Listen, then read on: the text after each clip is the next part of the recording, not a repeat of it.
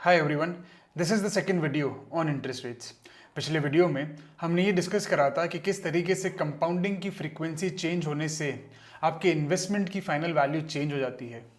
इस वीडियो में हम मल्टीपल एग्जाम्पल सॉल्व करेंगे to better understand that concept. इसमें हम ये भी देखेंगे कि अगर हमारे पास एग्ज़ाम में किसी एक तरह की कंपाउंडिंग की फ्रीक्वेंसी दे रखी है, उससे अगर हमको किसी और फ्रीक्वेंसी में चेंज करना हो तो वो किस तरीके से करते हैं। So without wasting any further time, let's start with the topic. So अब एग्जाम्पल सॉल्व करते हैं। यहाँ पर आता है if the effective annual interest rate is 15%, मतलब कि 0, 1 इस पूरे पीरियड में मैंने 15% अर्न करा। मतलब 1 लाख से अगर मैंने स्टार्ट करी होती तो मेरी ये अमाउंट 1,15,000 हो जाएगा। ठीक है, मैं बोल रहा हूँ what is the equivalent interest rate per annum. Equivalent interest rate per annum compounded quarterly. मैं ये बोलना चाह रहा हूँ कि एग्जैक्ट सेम रिटर्न कमाने के लिए, मतलब कि फ्यूचर में 1,15,000 वैल्यू हो तो क्या इंटरेस्ट रेट होनी चाहिए जो कि कंपाउंड में कर रहा हूँ क्वार्टरली, जिससे मैं 1,15,000 तक पहुँच जाऊँ। क्योंकि आपको पिछले एग्जाम्पल से ध्यान होगा, जब भी कंपाउंडिंग की फ्रीक्वेंसी हम बढ़ाते हैं, जो रिटर्न हमको एंड में मिलता है वो ज़्यादा मिला एज कम्पेयर टू जब कंपाउंडेड एनुअली था वो चीज़। तो यहाँ पर मैं ये बोल रहा हूँ कि this is the timeline 0, 3, 6, 9 and 12। तो यहाँ मैं बोल रहा हूँ कि मेरे को 1,15,000 चाहिए एंड में और 1 लाख चाहिए यहाँ पर। तो मैं यहाँ से यहाँ आऊँगा, यहाँ से यहाँ आऊँगा, यहाँ से यहाँ आऊँगा, यहाँ से यहाँ आऊँगा, यहाँ पर कुछ इंटरेस्ट कमाऊँगा, उस इंटरेस्ट पे वापस इंटरेस्ट यहाँ कमाऊँगा, उस इंटरेस्ट पे वापस इंटरेस्ट यहाँ कमाऊँगा। तो देखा जाए अगर मैं 15% से ही चलता हूँ तो मेरी फाइनल वैल्यू 1,15,000 नहीं, 1,15,000 से ऊपर होगी। इसका मतलब इक्विवेलेंट रेट जो कि क्वार्टरली कंपाउंडेड होगी वो उसका वैल्यू कम आएगा।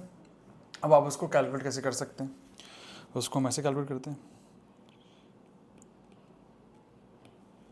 1.15 इज़ योर, एक तरह से देखा जाए तो इंटरेस्ट रेट फैक्टर है 1.15, 15%। क्योंकि ये क्वार्टरली कंपाउंडेड का मेरे को निकालना है, आप हमेशा याद रखें इसको मैं टू दी पावर उसकी फ्रीक्वेंसी से करूँगा 1/4। 1/4 मतलब क्या आता है 3/12, उसको मैं 1/4 भी लिख सकता हूँ। -1 × 4। आप इसका सॉल्यूशन निकालो। 1.15 टू द पावर 1/4 -1 × 4। 4 क्यों? 4 इसलिए करना है मेरे को बिकॉज उस रेट को मेरे को एनुअल रेट दिखानी है। This is the annual rate which is compounded quarterly.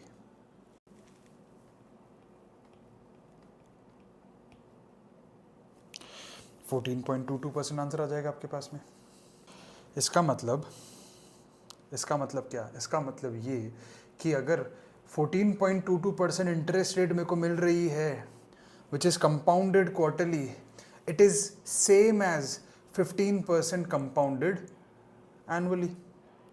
मतलब कि मैं एक बैंक के पास जाता हूँ और मैं बोलता हूँ कि मेरे को ये पैसा इन्वेस्ट करना है, वो बैंक बोलता है कि मैं आपको 15% कंपाउंडेड एनुअली के हिसाब से इंटरेस्ट रेट देता हूँ, और बैंक भी बोलता है कि मैं आपको 14.22% कंपाउंडेड क्वार्टरली के हिसाब से आपको मैं इंटरेस्ट दूंगा। प्राइमा फेसी 14.22 आपको लगेगा कम है, बट इन प्रैक्टिस कम नहीं है, वो एग्जैक्ट सेम अमाउंट निकाल के देगा आपको। So 14.22% compounded quarterly is same as 15% compounded annually. ये बहुत ही इंपॉर्टेंट टॉपिक है, बहुत ही इंपॉर्टेंट कॉन्सेप्ट है जिसको लोग नहीं समझते हैं, पर आपको एक एज अ फाइनेंस प्रोफेशनल ये चीज़ हमेशा दिमाग में पता होनी चाहिए। नेक्स्ट एग्जाम्पल देखते हैं। If the interest rate is 10% per annum compounded semi annually, what is the effective interest rate for the year? So basically मैं बोल रहा हूँ मेरा 10%, 0, 6, 12, 10% कैसे होगा? मेरे को 5% यहाँ से यहाँ मिलेगा और यहाँ जो अमाउंट आएगा उस पर वापस मेरे को 5% मिलेगा। अब मैं बोलना चाह रहा हूँ मेरे को इक्विवेलेंट रेट चाहिए, इक्विवेलेंट रेट चाहिए जो कि कंपाउंडेड एनुअली है, बिकॉज मैंने क्या बोला, effective rate of the year, जिसका मतलब एनुअली कंपाउंडेड रेट। अब इसको अगर आपको सॉल्व करना है तो आप कैसे करोगे? अब जब आपको कंपाउंडिंग, पिछला एग्जाम्पल ही देखते हैं, जब 15% कंपाउंडेड एनुअली से हमको 15% कंपाउंडेड क्वार्टरली माना था, तो हमने पावर में क्या करा, 1/4। तो यहाँ केस में क्या करेंगे हम? यहाँ केस में अगर मेरे को कंपाउंडेड सेमी एनुअली से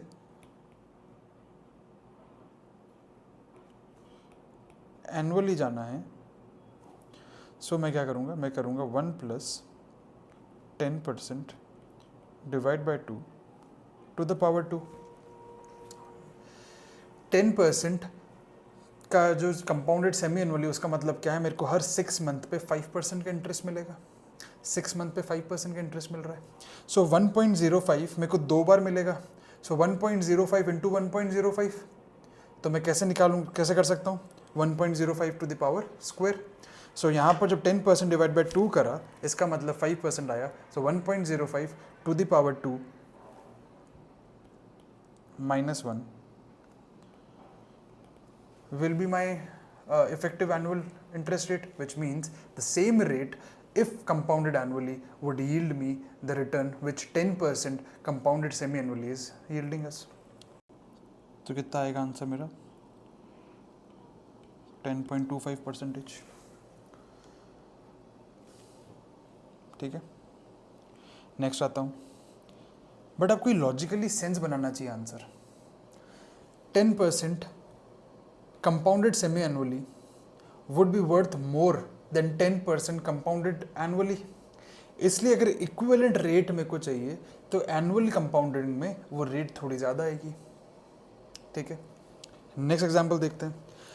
if the interest rate is 10% per annum compounded semi annually, what is the equivalent rate per annum compounded quarterly? अगर मैं एक वापस चार्ट बनाता हूँ, 0, 6, 12। नाउ इस पीरियड में मैं 5% रन कर सकता हूँ, और इस पीरियड में मैं 5% रन करूँगा। अब मेरे को इसको ब्रेक करके थर्ड पीरियड में आना है, यहाँ पर आना है। मेरे को ये निकालना है कि अगर कंपाउंडिंग अगर इस बेसिस पे करा तो कैसे होगा। तो मैं कैसे करूँगा, मैं करूँगा 1.05 to the power half -1 into 4। वापस समझना, 1.05 क्या है, उस पीरियड का रिटर्न। उस पीरियड को मेरे को हाफ करना है, तो मैंने क्या करा, मैं 3/6 बोलूँ या 1/2 बोलूँ, एक ही बात है। Out of the 6 month 3 month की बात हो रही है, तो 1/2 करा मैंने वहाँ पर। तो 1.05 टू द पावर 1/2 -1 क्यों करते हैं, बिकॉज फैक्टर हटाना है हमको। हमने वन जैसे 10% अगर मैं अर्न कर रहा हूँ 1 रुपये पे, तो मैं बोलता हूँ उसका फैक्टर कितना हो गया, 1.1 हो गया। सो उस फैक्टर को रिमूव करना है एंड इंटू 4 करना।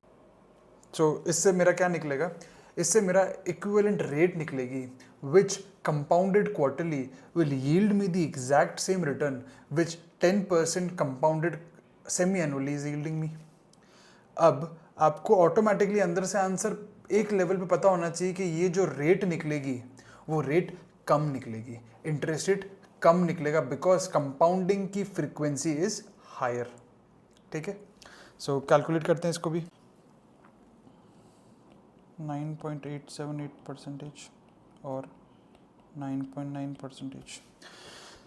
सो इसका मतलब क्या हुआ, if I invested 1 lakh rupee at 9.9% interest rate which is compounded quarterly, it will yield me the exact same return which 10% compounded semi annually would yield me.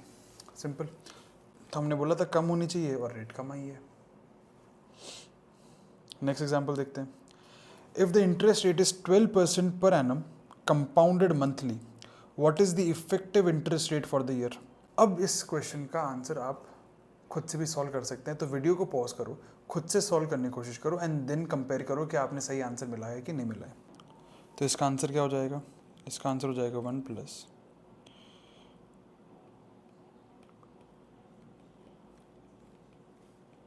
12% divide by 12 minus 1। अगर आप इसको solve करेंगे तो आपके पास आंसर आ जाएगा 12.68%। ठीक है, तो इसका मतलब क्या हुआ? इसका मतलब ये हुआ कि 12.68% compounded annually is equivalent to 12% compounded monthly. Answer आपके हाथों हाथ निकलना चाहिए कि वो रेट ज़्यादा होगी या कम होगी। जब भी मैं एक ज़्यादा फ्रीक्वेंसी से कम फ्रीक्वेंसी पे जा रहा हूँ तो मेरे को इंटरेस्ट रेट ज़्यादा चाहिएगा to match up to that level. उस कंपाउंडिंग की इफेक्ट को मैच करने के लिए मेरा इंटरेस्ट रेट मेरे को ज़्यादा चाहिएगा। That is what we have seeing over here as well. ठीक है, let's see the next example.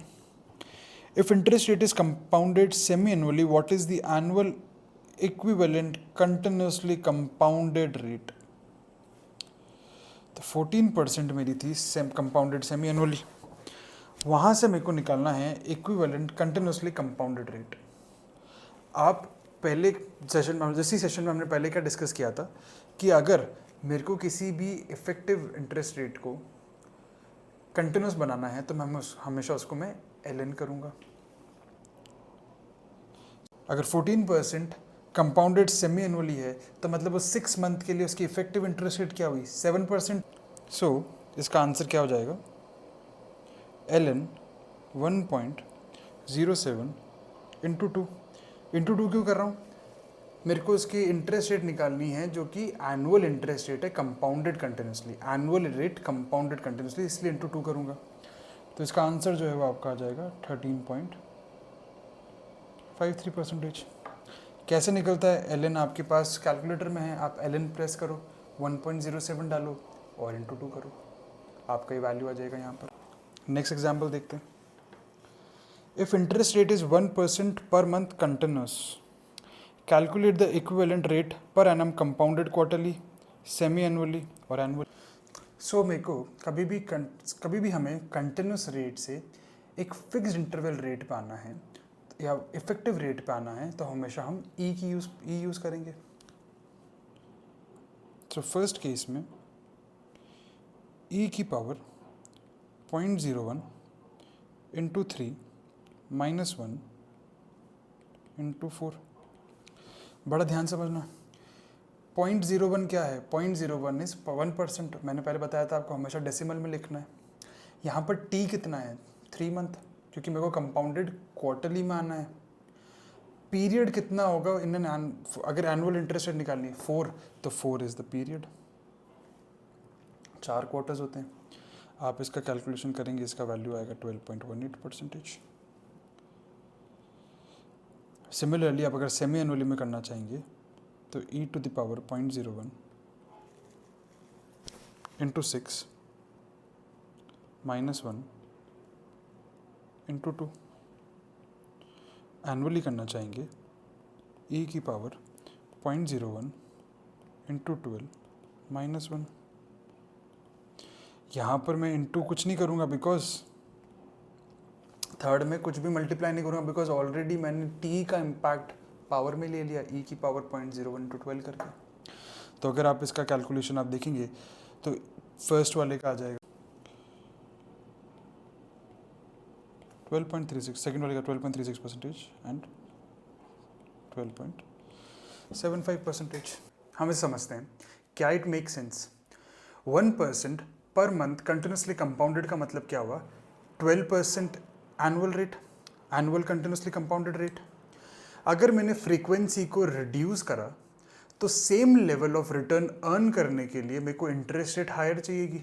तो जब मैंने क्वार्टरली पे इसको शिफ्ट करा तो मेरे को 12.18% का रिटर्न चाहिए इंस्टेड ऑफ 12%। अब मैंने अगर उस फ्रीक्वेंसी को और कम कर दिया from 4 to 2, in that case मेरे को वो same level of interest earn करने के लिए ज़्यादा इंटरेस्ट चाहिएगा, वो सेम लेवल का रिटर्न अर्न करने के लिए ज़्यादा इंटरेस्ट रेट चाहिएगी, इसलिए 12.36% है। एंड सिमिलर लॉजिक एनुअली में 12.75% आ रहा है। इसका मतलब आप 1 लाख रुपये को 12% कंटिन्यूस रेट पे इन्वेस्ट करो या 12.18 क्वार्टरली कंपाउंडेड पे करो, 12.36 सेमी एनुअल कंपाउंडिंग पे करो या फिर 12.75 एनुअल कंपाउंडिंग पे करो, आपका एंड वैल्यू सेम आएगा। ठीक है, अब एक लास्ट अपन देख लेते example. If A has invested 1 lakh for 3 years and has earned an interest rate of 7% for the first year, 8% for the second year, 9% for the third year, what will be the value of his investment at the end of third year? समझते हैं, ए ने 1 लाख रुपए invest करे for 3 years। पहले साल में उसने 7% interest earn करा, सेकेंड ईयर में उसने 8% इंटरेस्ट अर्न करा और थर्ड ईयर में उसने 9% इंटरेस्ट अर्न करा। तो हमने कहा कि फाइनल वैल्यू कितनी होगी। सो सिनेरियो ए क्या है? सिनेरियो ए है all the interest rates are annually compounded. So मैं 0, 1, 2, 3 ही लेता हूँ। सो 1 लाख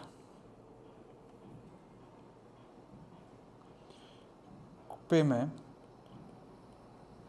1 लाख इंटू 1.07 करूँगा, जिससे मेरी वैल्यू कुछ आएगी। उस वैल्यू को, इसी सेम वैल्यू को मैं 1.08 करूँगा, इसी सेम वैल्यू को मैं 1.09 करूँगा। या फिर मैं इसको कैसे लिख सकता हूँ? मैं लिख सकता हूँ 1 लाख इंटू 1.07 इंटू 1.08 इंटू 1.09। यहाँ से एक इंटरेस्ट, यहाँ से एक हम रिटर्न निकाल लेंगे, कितना आता है? 1,25,960। अब वही सेम चीज़ अगर मैंने कंटिन्यूस कंपाउंडेड रेट है, ये 7%, 8%, 9%, ये एनुअल रेट नहीं है, एनुअल कंपाउंडेड रेट नहीं है, ये कंटिन्यूस रेट है। इन दैट केस क्या होगा देखते हैं। सिनेरियो बी, 1 लाख इंटू ई की पावर 0.07 प्लस 0.08 प्लस 0.09। ये चीज़ आपको अब समझनी है यहाँ पर क्या हो रहा है।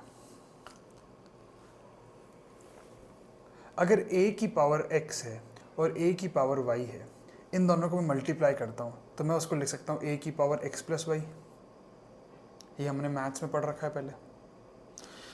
फॉर एग्जाम्पल मैं बोलता हूँ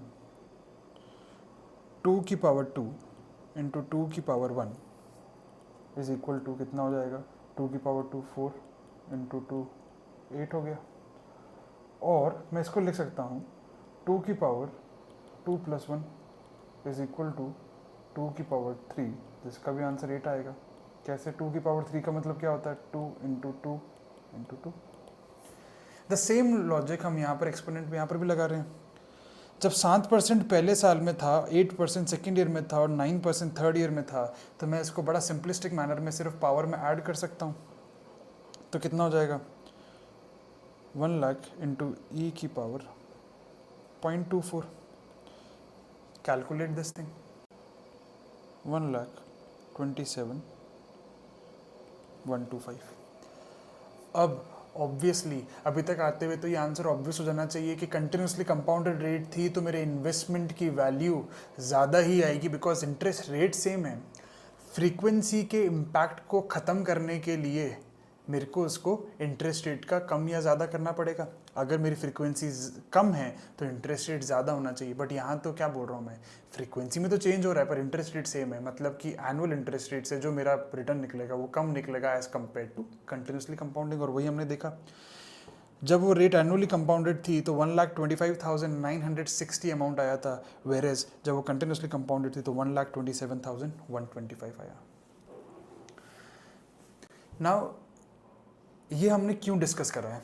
ये हमने इसलिए डिस्कस करा है क्योंकि एग्ज़ाम्स में जो क्वेश्चंस आएंगे उसमें वो इंटरेस्ट रेट को किसी भी तरीके से कोट कर सकते हैं कि interest rate is 10% per annum compounded quarterly, compounded semi annually, compounded and कुछ भी चीज़ें देंगे, या कंपाउंडेड मंथली हो गया। उस समय पे अगर हम ये चीज़ नहीं समझ पाए कि हमको कैलकुलेशन किस तरीके से करनी है तो हम हमेशा गलती कर देंगे और आंसर हमेशा गलत निकलेगा।